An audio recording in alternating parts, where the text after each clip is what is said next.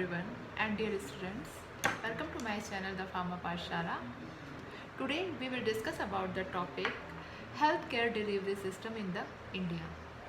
In the last lecture I have discussed about the organization of the hospital and the different services performed by the hospital like nursing services, outpatient services and hospital pharmacy services, etc.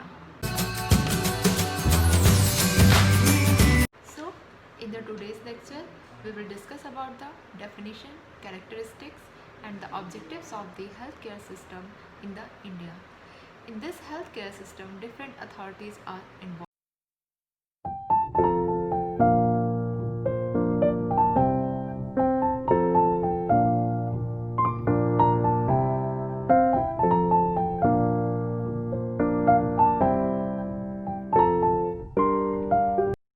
And the authorities are divided in the different level like the central level, state level and district level. So let's start the video. So the topic is the healthcare delivery system in the India. So what is the definition? Definition is the healthcare delivery system implies the organization, delivery, staffing, regulation and quality control of the health care services. Health care services को organise करना, उनकी delivery proper करना, staff कौन कौन से होंगे उस services में इनको डिसाइड करना, रेगुलेट करना एंड हेल्थ केयर सर्विसेज की क्वालिटी को और भी ज़्यादा इन्हेंस करना, कंट्रोल करना और इम्प्रूव करना. ये सारी रिस्पॉन्सिबिलिटीज़ किसकी होती हैं? ये सारी रिस्पॉन्सिबिलिटीज़ होती हैं हेल्थ केयर डिलीवरी सिस्टम की. और यहाँ पे हम कौन सी कंट्री के हेल्थ केयर डिलीवरी सिस्टम की बात कर रहे हैं? यहाँ पर हम बात कर रहे हैं इंडिया के हेल्थ केयर डिलीवरी सिस्टम की. So the health care delivery system का काम क्या होता है कि किसी भी हेल्थ केयर सर्विसेज को वो ऑर्गेनाइज करता है.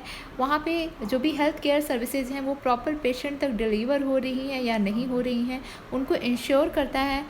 कौन से स्टाफ इसमें वर्क करेंगे, यानी स्टाफिंग का काम भी क्या होता है? हेल्थ केयर डिलीवरी सिस्टम का होता है. And regulation and quality control of the health care delivery system is also done by the health care delivery system of the India. So this is the definition of the healthcare delivery system of the India. So the next topic is the objectives. What are the objectives of the healthcare delivery system? So the first objective is to improve the health status of the population. Healthcare delivery system क्यों बनाया जाता है? उसका objective क्या है? उसका goal क्या है? तो पहला objective क्या है कि जो भी health status है एक population की, उस health status को और भी ज़्यादा improve करना, modify करना, ये एक objective होता है किसी भी healthcare delivery system का.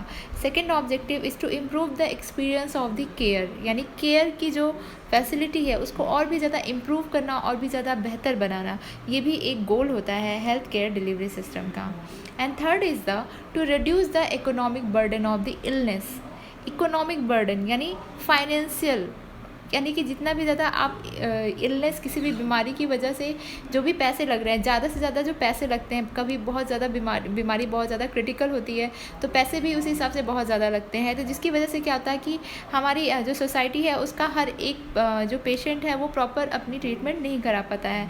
तो इसके जो हेल्थ केयर डिलीवरी सिस्टम है उनका एक गोल ये भी होता है कि इकोनॉमिक बर्डन को कम करना, यानी कि जो भी आपकी कॉस्ट है, ट्रीटमेंट कॉस्ट है, उन्हें कम से कम करना जिससे कि हर एक पेशेंट को प्रॉपर ट्रीटमेंट मिल पाए. And last one objective is that to improve the social justice equity. Social justice equity का मतलब क्या होता है? The quality of being fair and impartial, यानी कि जो भी आपका सिस्टम है हेल्थ केयर डिलीवरी सिस्टम, उसको क्या करना है कि सोशल जस्टिस इक्विटी को इम्प्रूव करना है. इम्प्रूव करने का मतलब क्या हुआ कि उसको और भी ज़्यादा बेहतर बनाना है. सोशल जस्टिस इक्विटी का मतलब ये होता है कि ऐसा नहीं होना चाहिए कि किसी एक पेशेंट को हम ज़्यादा प्रायोरिटी दें, उसको हम ज़्यादा केयर प्रोवाइड करें या और किसी एक को हम कम करें. कम केयर दें, कम फैसिलिटी दें, कम ट्रीटमेंट दें, तो ये नहीं होना चाहिए, हमेशा इक्विलिब्रियम में रहना चाहिए।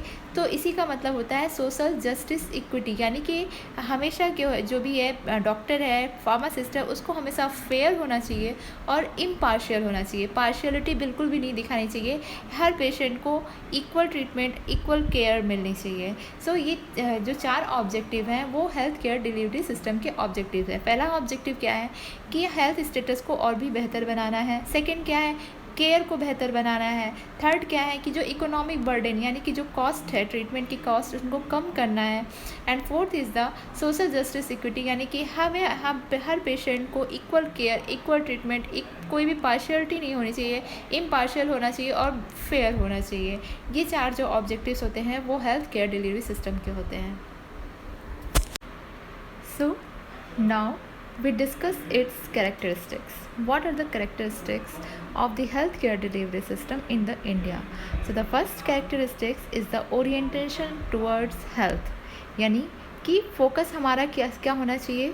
जो भी हेल्थ केयर डिलीवरी सिस्टम है उसका फोकस हमेशा हेल्थ पर होना चाहिए, हेल्थ के लिए होना चाहिए।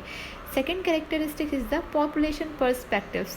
पॉपुलेशन से रिलेटेड जितने भी रोल परफॉर्म करने हैं वो भी क्या है, हेल्थ केयर डिलीवरी सिस्टम के लिए इम्पोर्टेंस रखते हैं कि पॉपुलेशन को कैसे कंट्रोल करना है, कौन सी इसको कंट्रोल करने के लिए हमें क्या वर्क परफॉर्म करने चाहिए। तो ये पॉपुलेशन पर्सपेक्टिव जो है ये भी एक कैरेक्टरिस्टिक्स है हेल्थ केयर डिलीवरी सिस्टम का। Third is the intensive use of the information. जो भी हमारे पास यूज़ है उसका प्रॉपर यूटिलाइजेशन करना is the third characteristics of the health care delivery system. Fourth characteristic is the focus on consumer. Always focus on consumer, always keep in the mind that हमेशा हमें क्या करना है कि जो भी हमारे कंज्यूमर हैं उनके ऊपर फोकस करना है। उन्हें मेडिसिन कितना रिलीव कर रही है, कितना नहीं कर रही है, या फिर उनको क्या साइड इफ़ेक्ट्स उनसे मिल रहे हैं, वो सारी चीज़ों पे हमें फोकस करना है, हमें यानी कि हेल्थ केयर डिलीवरी सिस्टम को। Next characteristic is the knowledge of the treatment outcome. जो भी हम ट्रीटमेंट दे रहे हैं, outcome is the result. What is the meaning of the outcome? Outcome is the result. जो भी हम ट्रीटमेंट दे रहे हैं उसके रिजल्ट क्या आ रहे हैं। रिजल्ट यानी कि सिर्फ इफ़ेक्ट नहीं, साइड इफ़ेक्ट्स, एडवर्स इफ़ेक्ट्स और एनी अदर इफ़ेक्ट्स जो भी पेशेंट एक्सपीरियंस कर रहा है उसका नॉलेज हमें होना चाहिए। हेल्थ केयर डिलीवरी सिस्टम को इस बात का नॉलेज होना चाहिए कि ट्रीटमेंट्स के आउटकम क्या हैं। Next characteristic is the constraint resources. Resources का मतलब होता है सामान, कॉन्स्ट्रेंट का मतलब होता है लिमिटेड, यानी कि लिमिटेड रिसोर्सेज में भी हमें क्या करना है, बेटर वर्क करना है, बेटर फंक्शन करना है। हेल्थ केयर डिलीवरी सिस्टम को लिमिटेड रिसोर्सेज यानी कि कम से कम अगर उसके पास सामान है, कम से कम उसके पास चीज़ें हैं जिससे वो मैनेज करता है, तो उन सारी चीज़ों में ही उन्हें मैनेज करना है। ठीक है। Next characteristic is the coordination of the resources. जो भी उनके साथ रिसोर्सेज हैं उसको लेकर ही उन्हें अपने काम को, उनके अपने फंक्शन को आगे बढ़ाना है। Okay. Next characteristic is the reconsideration of the human values. Human values का मतलब क्या है? ह्यूमन वैल्यूज़ को हमेशा माइंड में लेके चलना है, यानी कि हमें किसी के लिए सिंपैथी, मतलब किसी क्या, यहाँ पे पेशेंट की बात हो रही है, पॉपुलेशन की बात हो रही है, उनके लिए सिंपैथी, लॉयल्टी, ह्यूमैनिटी, ये सारी जो ह्यूमन वैल्यूज़ हैं उनको हमें अपने माइंड में लेके, यानी हेल्थ केयर डिलीवरी सिस्टम को अपने माइंड में लेके चलनी है ये सारी बातें। Next characteristic is the expectations of the accountability, यानी कि हमेशा पेशेंट को क्या होता है कि ये एक्सपेक्टेशन होती है कि उसको बेटर ट्रीटमेंट मिले बट लो कॉस्ट में मिले। ठीक है। तो ये जो एक्सपेक्टेशंस होती हैं पेशेंट की या पॉपुलेशन की या पब्लिक की हेल्थ केयर डिलीवरी सिस्टम के लिए, तो उसे क्या करना है, फुलफ़िल करना है। तो ये सारी कैरेक्टरिस्टिक्स क्या हैं, हेल्थ केयर डिलीवरी सिस्टम के हैं। पहला कैरेक्टरिस्टिक तो ये है कि हमेशा हमें हेल्थ पर फोकस करना है। सेकेंड, पॉपुलेशन पर फोकस करना है। थर्ड, जो भी हमारे पास इंफॉर्मेशन है उनका प्रॉपर यूटिलाइजेशन करना है। फोर्थ, जो भी कंज्यूमर हैं हमारे उनके ऊपर क्या करना है, फोकस करना है। नेक्स्ट, जो भी ट्रीटमेंट हम दे रहे हैं उसके आउटकम्स क्या हैं, उनके रिजल्ट क्या हैं, उसका नॉलेज होना चाहिए। कॉन्स्ट्रेंट रिसोर्सेज, कम समान में लिमिटेड रिसोर्सेज में हमें बेटर वर्क परफॉर्म करना है। Next, coordination of the resources, जो भी हमारे पास रिसोर्सेज हैं, जो भी हमारे पास सामान है, उन्हीं को उनके साथ ही कोऑर्डिनेट करके हमें बैलेंस बना के अपने फंक्शन को करना है, ठीक है। Next is the reconsideration of the human values, human values को हमेशा माइंड में लेके चलना है। ह्यूमन वैल्यूज़ यानी कि लव, सिंपैथी, लॉयल्टी, ह्यूमैनिटी, ये सारी जो चीज़ें हैं उनको हमारे माइंड में लेके चल रहा है, ठीक है। Next, expectations of the accountability, low cost में हमें बेटर ट्रीटमेंट प्रोवाइड करना चाहिए। यहाँ पे बात किसकी हो रही है? हेल्थ केयर डिलीवरी सिस्टम की। So this is all the characteristics of the health care delivery system. Next point is the organisation of the health services. Health services को 3 लेवल पर क्लासीफाई किया गया है। First is the central level, second state level and third is the district level. ये 3 levels हैं जिनके base पे health services को क्लासीफाई किया गया है। So let's discuss about the central level. Central level is further classified into the 3 parts. First is the Ministry of Health and Family Welfare, second Central Council of the Health, and third is the Director General of the Health Services. So union ministry of health and family welfare, ये क्या है? तो union ministry of health and family welfare are further classified into the 2 department. First is the Department of the Health and second is the Department of the Family Welfare. In the Department of the Health, there are 4 main persons. First is the Secretary, second Joint Secretary, third is the Deputy Secretary, and fourth is the administrative staff. In the Department of the Welfare, the main 4 authority is the Secretary, Additional Secretary, Commissioner, and Joint Secretary.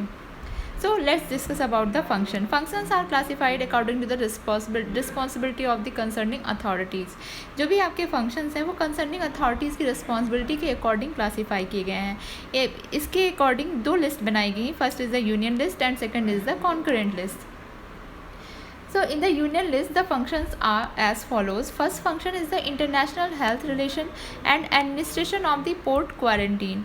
दूसरे देशों के साथ health relation को बनाए रखना और जो भी आपके पोर्ट क्वारंटीन का जो सिस्टम है, यानी कि किसी भी शिप में जो क्वारंटीन किया जाता है किसी पोर्ट पर, उस सिस्टम को भी मेंटेन करना यूनियन लिस्ट के अंदर आता है। Second is the administration of the central institutes. जो भी सेंट्रल इंस्टीट्यूट्स में एंट्रीज हैं वो भी यूनियन लिस्ट के थ्रू परफॉर्म की जाती हैं। Third is the promotion of research to the research centres. जो भी आपके नए काम हो रहे हैं, रिसर्च हो रहा है, नई इन्वेंशंस हो रही हैं, उनको प्रमोट करना, ये क्या है? ये भी आपका यूनियन लिस्ट में इंक्लूड किया गया है। Next is the regulation and development of the medical, pharmaceuticals, dental and nursing professions. Medical, paramedical, pharmaceutical, dental and nursing professions को रेगुलेट करना और इनको और आगे बढ़ाना, इनका और भी डेवलपमेंट करना भी यूनियन लिस्ट में मेंशन किया गया है। Next is the establishment and maintenance of the drug standard. Drug standard को इस्टेब्लिश करना और इनको प्रॉपर मेंटेन करके रखे रहना, ये भी आपका मेंशन है यूनियन लिस्ट में। So students, the next list is the concurrent list. According to the concurrent list, the first function is the prevention of extension of the communicable diseases. किसी भी communicable diseases को, communicable यानी कि जो one person to another person जो हो रहे हैं, ट्रांसमिट हो रही हैं, उस डिजीज़ को बढ़ने से रोकना, ये concurrent list में ये function mention है। Second, prevention of the food adulteration, खाने में जो मिलावटें होती हैं उनको prevent करना। Third is the control of drug and poison. जो भी आपको पता है कि शेड्यूल एक्स, डिफरेंट शेड्यूल की एच की कैटेगरी की जो ड्रग्स हैं, जिनका क्या है विदाउट प्रेस्क्रिप्शन जो नहीं मिलती हैं बट इलीगली लोग इन्हें यूज़ करते हैं, नार्कोटिक्स, साइकोट्रॉपिक्स जो ड्रग्स होती हैं, इन ड्रग्स को प्रॉपर कंट्रोल करना एंड पॉइजन्स को कंट्रोल करना, ये सारे आपके जो फंक्शंस हैं ये कॉन्करेंट लिस्ट में मेंशन किए गए हैं। So the next function which are mentioned in the concurrent list is the vital statistics. Vital statistics is the accumulated data gathered on live births, death, fetal death, marriages and divorces. एक statistics होती है जो कि एक data है जिसमें कि जब बर्थ होती है, डेथ होती है या फिर फीटल डेथ होती है, तो इन सारी चीज़ों से रिलेटेड जो डेटा मेंटेन करने का काम होता है वो कॉन्करेंट लिस्ट में इंक्लूड होता है। Next is the labour welfare. जो मज़दूर हैं उनकी सारी चीज़ों का ध्यान रखना, उनकी नीड का ध्यान रखना, ये भी क्या है कॉन्करेंट लिस्ट में मेंशन किया गया है। Next is the economic and social planning. Economic यानी की जो आर्थिक व्यवस्था और जो समाज से रिलेटेड जो भी सुविधाएं प्रोवाइड की जाती हैं उनकी प्लानिंग करना भी कॉन्करेंट लिस्ट में शामिल है। And last one is the population control and family planning. So यहाँ पे क्या है कि पॉपुलेशन को कंट्रोल करना और फैमिली प्लानिंग के जो डिफरेंट मेथड्स हैं उनके बारे में लोगों को अवेयर कराना, लोगों को नॉलेज देना और उन्हें परफॉर्म करवाना, ये सारी चीज़ें भी आपकी कॉन्करेंट लिस्ट में मेंशन है। In the current video, I have discussed about only the central level. In the next video, definitely I will discuss about the state level and district level also. I hope कि आपको ये video पसंद आया होगा. In case any query, kindly ask in the comment section and like and subscribe the channel The Farmer Pathshala and keep watching. Thank you.